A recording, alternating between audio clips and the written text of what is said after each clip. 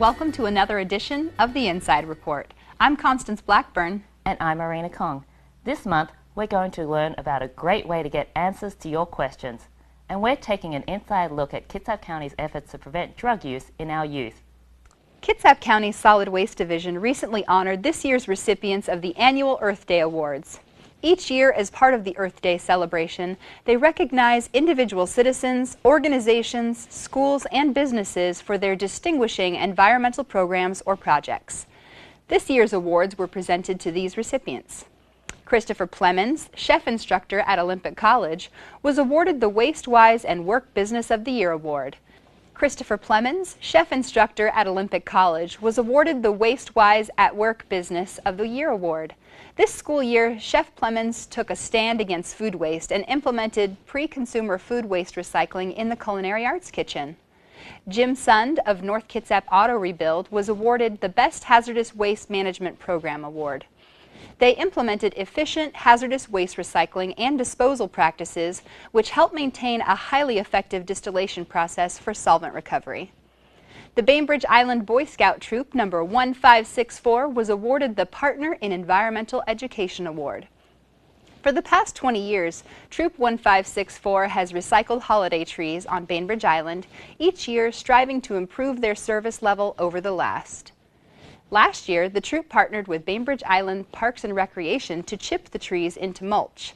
They also received support from American Legion Colin Hyde Post 172, and Fairbank Construction loaned them a truck. South Kitsap resident Donna Martin was awarded the Adopt a Road Volunteer Award. South Kitsap resident Donna Martin was awarded the Adopt a Road Volunteer Award. Donna joined the Adopt a Road program in 2006. She tirelessly removes litter on her frequent walks around South Kitsap neighborhoods. She chose to clean up 2 miles of roadway near her that are semi-rural and have had chronic litter and illegal dumping issues. She has logged 162 hours, removed 532 pounds of litter, and cleaned up 73 miles of roadway. She has also assisted with the removal of over 1 ton of illegally dumped debris by identifying, reporting, and marking the material and making it easier for the crews to access. The Excellence in Waste Reduction and Recycling Award was presented to the Bainbridge Island Zero Waste. The Excellence in Waste Reduction and Recycling Award was presented to Bainbridge Island Zero Waste, an initiative of Sustainable Bainbridge since 2010, which assists and applauds the efforts of local organizations to reduce landfill waste. Congratulations to all of the 2016 Earth Day Award winners. Registered voters in Kitsap County have begun receiving ballots for the 2016 Washington presidential primary. If your ballot doesn't arrive soon, contact the Kitsap County Auditor's Office. This election, which last happened in 2008, is unique in Washington. In this election, there are declarations from the Democratic and Republican parties on the envelope. Voters must sign for one or the other. If they choose neither, or if they pick both, the envelope will never be opened and the vote inside will not be counted. If a voter chooses Democrat on the envelope, the vote on the ballot inside must be for a Democrat for their selection to count. Those declaring Republican must also vote Republican. It's also important to note that no one will know who a voter picks, but the party declaration is a matter of public record. While the state and the counties are responsible for conducting the election, the 2 political parties will determine how those votes affect their presidential nominating process. If you're mailing your ballot, it must be postmarked by May 24 for it to count. If you are planning to leave your ballot in one of the county's 9 drop-box ballot locations, you have until 8 p.m. on May 24. For more information about the election and the county's drop-box locations, go to the elections page on Kitsap County Auditor's website. David Borders, the chair of the Kitsap County Veterans Advisory Board, is joining us today to share information about the unforgotten Run to Tahoma. David, thanks for joining us. Thank you, Constance, for having me today. So the Run to Tahoma is a celebration of life ceremony that recognizes and honors deceased veterans of Kitsap County whose remains are unclaimed. The event will be held on Saturday, May 28, 2016 of Memorial Day weekend at the Outdoor Plaza Kitsap County Administration Building in Port Orchard. The video of last year's event will be shown at 9:15 a.m. and the ceremony will begin at 9:45. Following the ceremony, the remains are escorted to Tahoma National Cemetery. This year, we are recognizing 9 veterans. The funeral cortege includes a motorcycle, missing man formation. We will also have service officers and over 300 motorcyclists from a number of different organizations. It sounds phenomenal. Can you tell me who sponsors the event? Yes. So the event will be sponsored by the Kitsap County Board of Commissioners, the Kitsap County Coroner's Office, the Kitsap County Veteran Advisory Board, and Combat Veterans International Community. And we will also have volunteers that will provide additional assistance in planning, plus on the day of the event, lend a helping hand. This year, participants include the Port Angeles U.S. Coast Guard, USMC, we're going to have sailors from IMF, vocalists from the Northwest Navy Band, the Washington Air National Guard, USO, and the Suquamish Tribe. Wow, thank you so much, David. What an important event for our county. If you'd like more information on this event, please visit the Kitsap County Veterans website below. What a fitting tribute to those who gave all. Next up, we're going to take an inside look at youth drug prevention in Kitsap County. For today's episode of the Inside Report, we're here at Bremerton High School, and we're going to learn more about the Youth Substance Abuse Prevention Coalitions. Let's head inside. Deanne Jackson Montgomery is joining me from Kitsap County. She's the coalition coordinator. Deanne, thanks for having me. Well, thank you for having me. Can you explain to me a little bit about your role with the county and how that came to be? Well, starting with how the beginning came about, Laura Hyde, the prevention coordinator, has been working in prevention at one level or another for many years, and she came to me and told me that she was looking at putting together a substance abuse prevention coalition in Bremerton, and she wanted to know if I was willing to participate, and of course I was. My heart has been into this community and prevention as long as I can remember. So I came on board, and through the whole inception and stability building of the coalition, I was part of it. And not long later, we started another coalition in North Kitsap. And I've been an active participant in both. And it didn't take long, and my involvement with the many programs, pretty diverse amount of programs too, I became the chair of the Bremerton Coalition. And after a lot of work in implementing services such as Youth Mental Health First Aid and Strengthening Families program, to name a few, and several other hands-on projects with their kids, acknowledging Recovery Month and alcohol awareness and things like that, a job opening came up with the county, and I was persuaded to apply, and they hired me. So, you know, as county staff, I couldn't maintain the chair role, so we ended up having to have new chair and vice chair brought on board. But, you know, it's kind of like becoming history from there. And what is the role of the county regarding those coalitions? How does that work?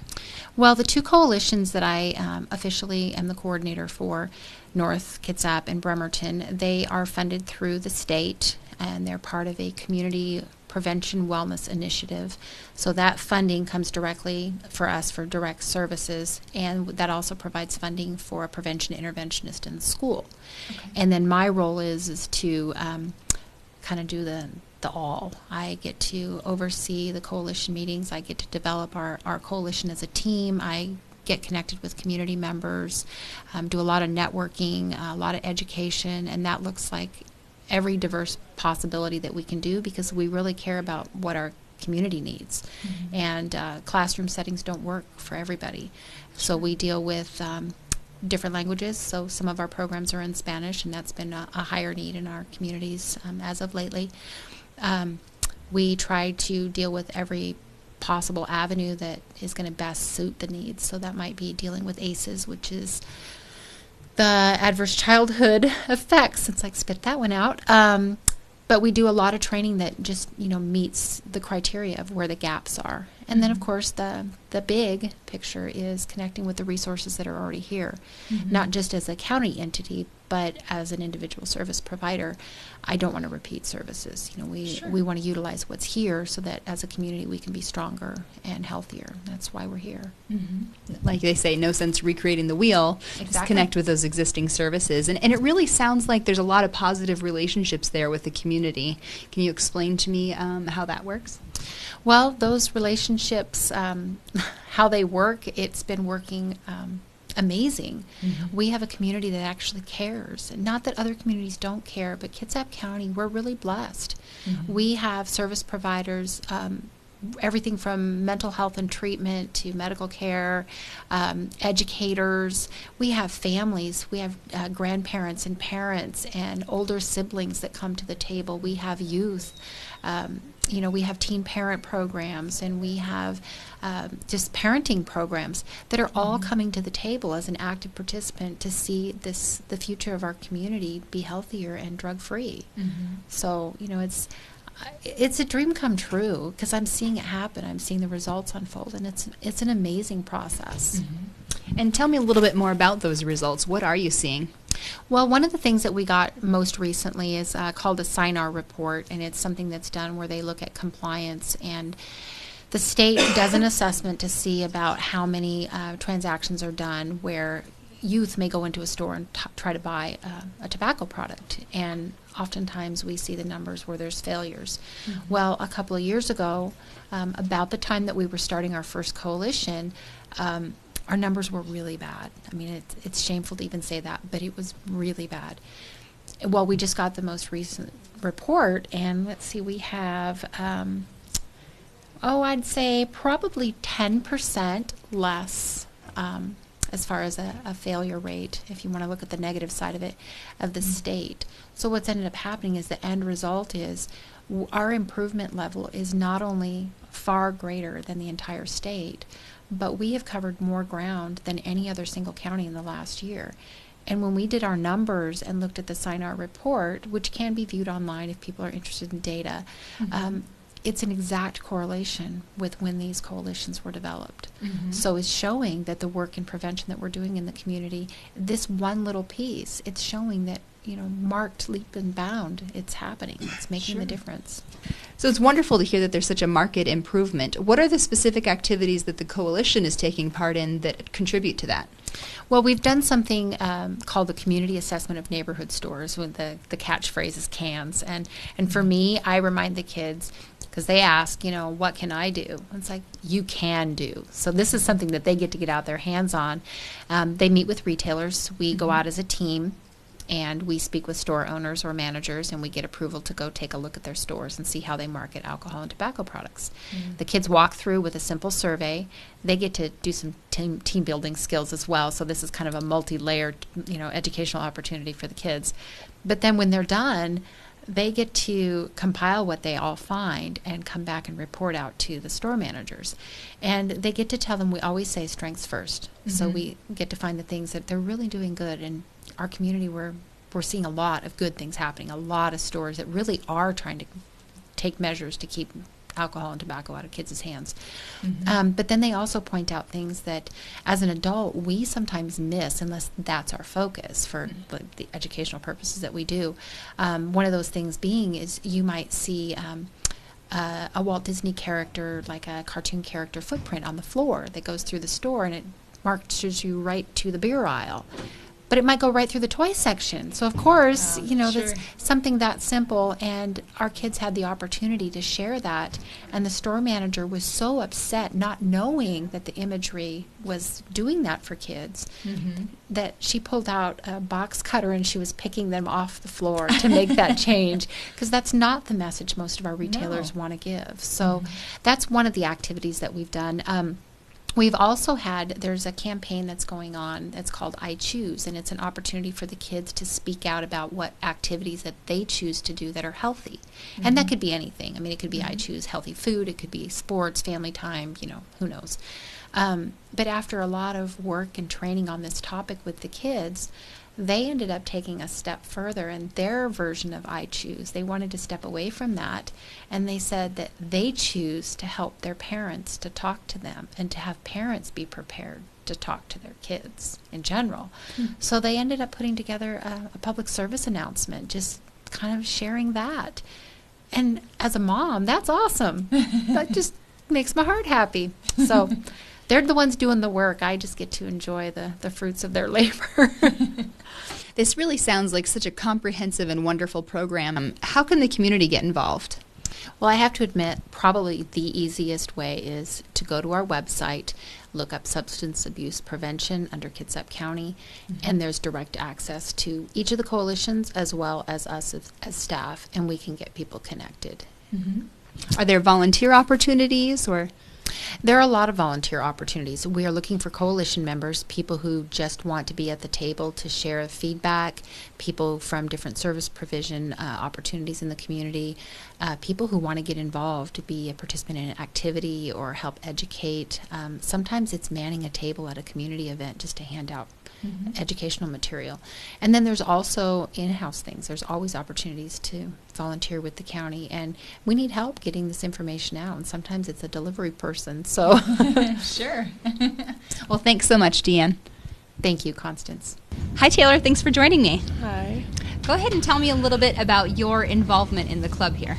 So I'm the president of SAD Club, and SAD Club is Students Against Destructive Decisions. So we're really against teen and youth drug and alcohol and tobacco use. And so we do a lot of awareness events and prevention events here at the school and in the community. Usually at the school we do them during lunch, so there's a lot of kids present, and so we'll have facts posted around the school about like 80% of BHS students don't smoke, and so they'll come up to the table and they'll be like, hey, I know 80% of BHS students don't smoke, and we'll be like, okay, and then usually we have like shirts or pencils and stuff like that, and so it's a fun way to get them involved so they actually want to be involved. Sure. And then in the community, we've done out on our reader board, we'd have facts, or it'd be like BHS SAD Club wants you to drive safely and stuff like that, so that we're not just strictly in the school, we're kind of out and about. Right. And then What has kept you involved in the club? How long have you been involved? 4 years. 4 years. So why? I don't like seeing kids doing things they shouldn't. Last year we had that car accident, the Oli 3. I knew 2 of those students, and it was really devastating for me, and so it's just something I know I can help prevent, and so I want to help prevent it. I think that's great. What other kind of activities do you do in the community? So I do lots of community service because of another program I'm in at school, and so I'm always out and about, but for the most part I just community service, softball, whatever I can when I have time, because I'm pretty busy, but that's besides the point. What do you think you can do regarding this program after you graduate? Well, I already got my little sister in here. She's a freshman, and I was like, you're going to join with me, and you're going to like it. And she has been pretty involved for the most part, as involved as she can be, because this year I've had I'm really busy. I'm a senior, and so if I don't know what's going on, she doesn't really know what's going on, but Patty, our advisor, has been really good with keeping up with everyone and telling them what's going on and having the meetings and stuff, even if I'm not there. Sure. And Great. so I think just getting the younger grades involved in SAD Club as much as I can, so that it keeps going and then they can do the same. Yeah, absolutely. Hey, Beth, thanks for joining us. Hi, thank you for having me. Beth, tell me a little bit about your experience with the SAD Club. So my experience is pretty limited because I just joined this year, but last year I saw them at the table out at lunch that they kind of gave away shirts and things if you could tell them a fact that they posted around the school. And I thought that was really cool. And I'm really against underage use of drugs, alcohol, tobacco, because it can harm your body and your brain and things like that. So I thought it'd be great to be involved in it, and I became a TA for counseling, and then I kind of got dragged into it by our advisor, Patty. And so from then on, I became really involved with it, and I've done community assessment of neighborhood stores and some other things through the coalition, like a PSA video, getting parents to talk to their kids about drugs and alcohol. Sure. And I hope to continue with that and maybe be president of it next year or the year after. That's wonderful. Tell me a little bit more about visiting community stores. So for community assessment of neighborhood stores, or CANS, we went around on a Saturday from 9 to 2, and we went to the stores and we had a checklist, and we would check off certain things in the store as long as the manager said it was okay, and see how and where they're advertising and placing their tobacco and alcohol. And then we would go ahead and go talk to the managers about that and tell them how they could change that, or actually the things that happen when they put it somewhere. Like if they were to put a display under 3.5 feet, that really appeals to the kids. So if it's an alcohol or tobacco display, then the kids think that it's okay for them to do alcohol to do tobacco or drink alcohol, things like that. That's really neat that you're bringing that awareness to the community like that. What's one of your favorite activities you've done with the group? My favorite activity was definitely the PSA video, and I did that with a couple other students who aren't really in the club but are at the same time, and that was really interesting to me to see how our coalition put that together and see how they really think about it. Great, and we're excited to show that here in this video. Yeah. Thanks for joining me, Beth. Thank you. I'm here with Laura Hyde, the prevention coordinator for Kitsap County. Laura, thanks for joining me. Thanks for inviting me. Explain to me a little bit about your role with the county. Okay, so I coordinate substance abuse prevention programs and the Commission on Children and Youth. Okay, and how many programs and what are they? So we have 3 coalitions for substance abuse prevention, and then we also have the Commission on Children and Youth, which is advising the decision makers and the commissioners in the community about the needs of children within our community. Okay, and how do those coalitions work with other organizations in the county? Very well, actually. That's what it's all about, is working together as citizens and as government and as schools. So what is a day in the life of your job like? Oh my, okay, so every day is different. Quite a lot. I'll spend time talking with my partners about different strategies and services for the community. Working with Deanne and the other wonderful staff that we work with, as well as kids. And what are some of your favorite events or activities that you've done through some of these programs? Oh, I just love the coalitions. Yeah. I mean, anytime you can get everybody from the community to work together towards a goal, especially for kids, then you really make a huge difference. Sure, absolutely. So yeah, I love the coalitions. And these coalitions, are they funded through the state, or how does that work? So we have state funding for a couple of them, and one of them we're in the process of developing funding for. Okay. Yeah. And is that in addition to the ones that exist already? No, so we have a North Kitsap Substance Abuse Prevention Coalition, and we have a Bremerton Substance Abuse Prevention Coalition. We've just started South Kitsap, so that's the one we're developing funds for. Wonderful. Yeah. Definitely that area needs the support as well, right? Oh, Just like the rest of the county. we all do. Yeah, the entire county does. Yeah. And so we're starting with small grassroots community development and hopefully extending the model to the entire county. Sure. I'm here with Patty Scambolone, the prevention interventionist here at Bremerton High School. Patty, thanks for having us. Sure, thanks for having me. Can you explain a little bit about your role with the coalition here? Yeah, so my job here is the substance abuse prevention interventionist. And so my role with the coalition is to work with them toward really providing awareness to the school, to students, staff, and community about drug and alcohol use of kids and the dangers of underage use. Sure. And explain to me a little bit about how you feel that program works. So the way the program works is we meet monthly, but we talk continuously about ways to provide information and education to kids and families about drug use. So the coalition helps me set up presentations and community awareness events, bulletin announcements at school, all kinds of support that we get from them for our school. And about how many kids are involved here?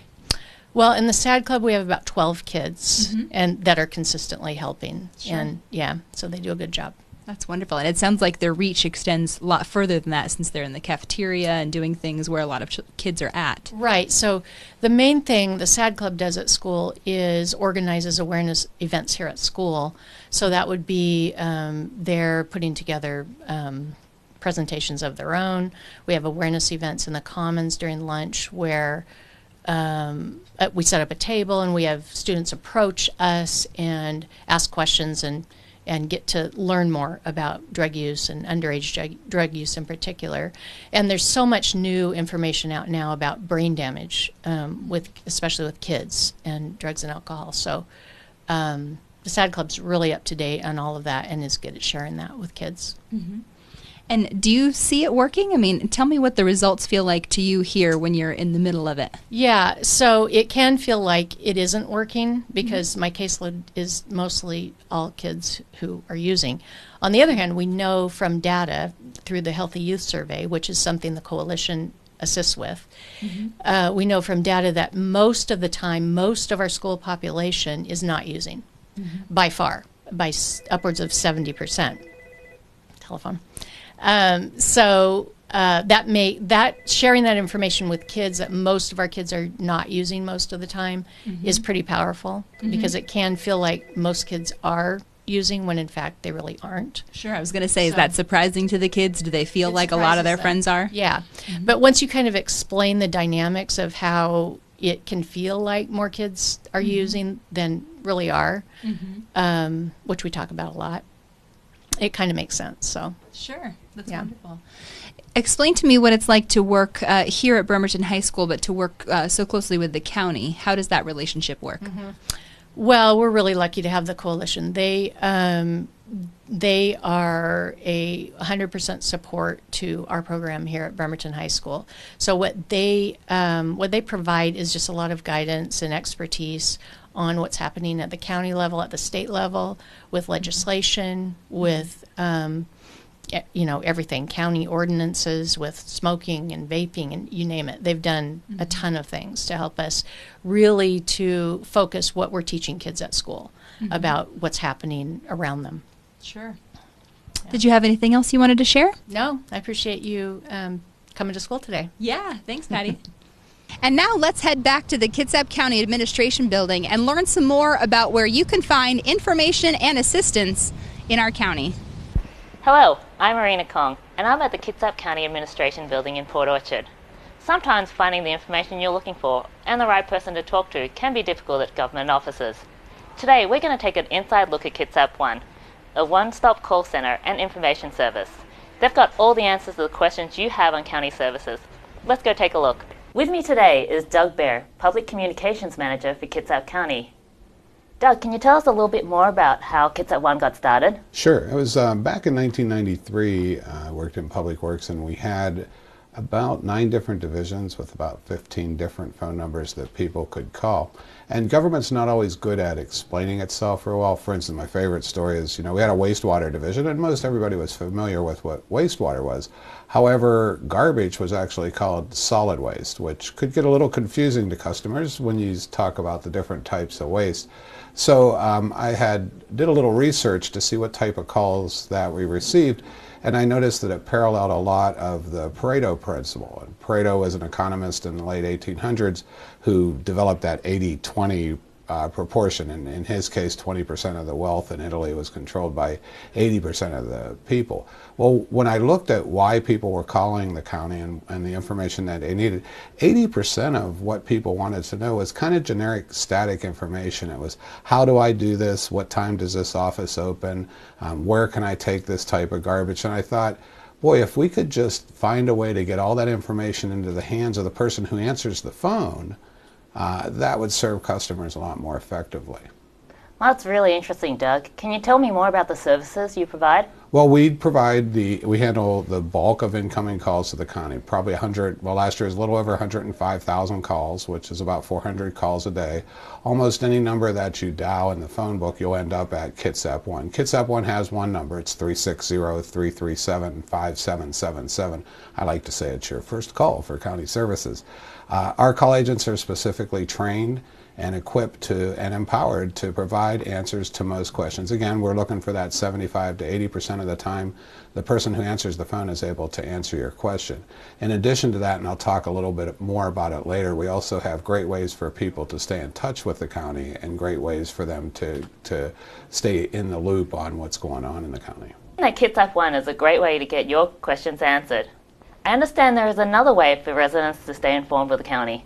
There is. We have the Kitsap Electronic Notification System. This is a great tool that we developed back in 2011 that allows you to subscribe to topics that interest you. And you can receive notifications either by email or by text message. Right now we have over 15,000 subscribers to over 100 different topics, and it ranges to everything from human services to community development to public works to the road report to inclement weather, front page news. It's a great way to stay informed about the various things that are going on in Kitsap County. And you can access that from our website that's shown below.